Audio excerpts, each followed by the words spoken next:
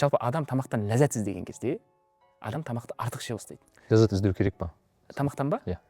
Жоқ, тамақтың негізгі мақсаты бар ғой. Тамақтың негізгі мақсаты ол адамға құнар беру. Адамды өмір сүруіне жалғастыруына көмектесу. Бірақ біз тамақ ішкен кезде біз тамақты терапия ретінде қолданамыз өзімізге.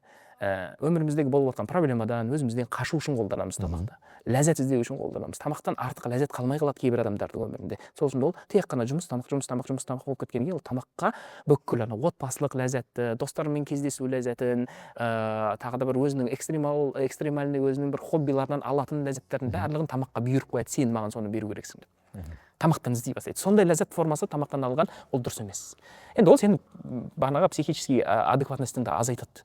Сен жабыла бастайсың, оқшаулана бастайсың, адамдармен араласуың азайды, тек қана тамақ жей бересің, ол уже әсері денеңе тие бастайды. Сен салмақ жемейсің деген сияқты салдар бар деген сияқты. Сол үшін тамақты адам дұрыс қабылдау керек. Жей бер, қандай тамақ қаласың, сол нәрсені жей, бірақ көлемін азайт. Сол кезде тамақ сенің ағзаңа қызмет етеді. Ал егер сен тамақты көлемінен артық жеп қоятын болсаң, онда сен миың бүкіл ағзаң тамаққа соны қорытуға қызмет етуге мәжбүр болып қалады.